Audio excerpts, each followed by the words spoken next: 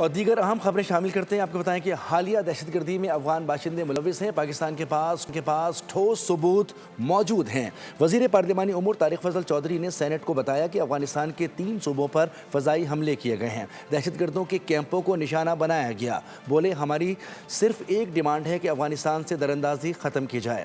واضح کیا کہ پاکستان امن چاہتا ہے لیکن ملک کی سلامتی پر کوئی سمجھوتا نہیں ہوگا۔ پاکستان اب جنازے نہیں اٹھائے گا، ایک ایک شہید کے خون کا بدلہ لیا جائے گا۔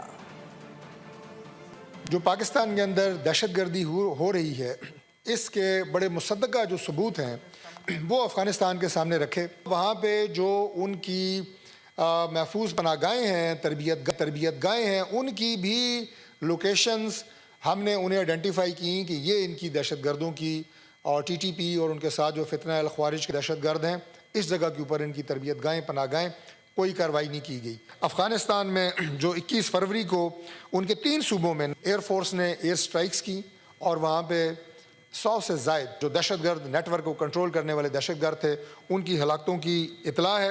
ہماری صرف ایک ڈیمانڈ تھی کہ ہمیں ایشور کیا جائے کہ دراندازی نہیں ہوگی۔ وہ ایشورنس وہ زبانی تو دیتے تھے لیکن تحریری طور پہ دینے سے انکاری تھے۔ مذاکرات ہوئے دوحہ میں، ایک مطالبہ وہاں پہ افغان طالبان رجیم کی طرف سے آیا کہ اگر آپ ہمیں 10 ارب روپے دے دیں تو ہم ان کی ان محفوظ پناہ گاہوں اور ان کے ٹھکانوں کو دوسری جگہ، دوسرے بارڈر کی طرف اس کو شفٹ کریں گے۔ یہ فورسز لڑ رہی ہیں پاکستان کی حفاظت کے لیے، ہمارے جوان لڑ رہے ہیں، لیکن جناب چیئرمین ہم صرف جنازے اٹھانے کے لیے نہیں ہیں۔ پاکستان جو ہے وہ اس سے زیادہ برداشت نہیں کر سکتا۔ پاکستان کے ایک ایک شہید کا، خواہ وہ سویلین ہو، خواہ وہ ہمارا سیکیورٹی فورسز سے ہو، اس کے خون کا بدلہ لیا جائے گا۔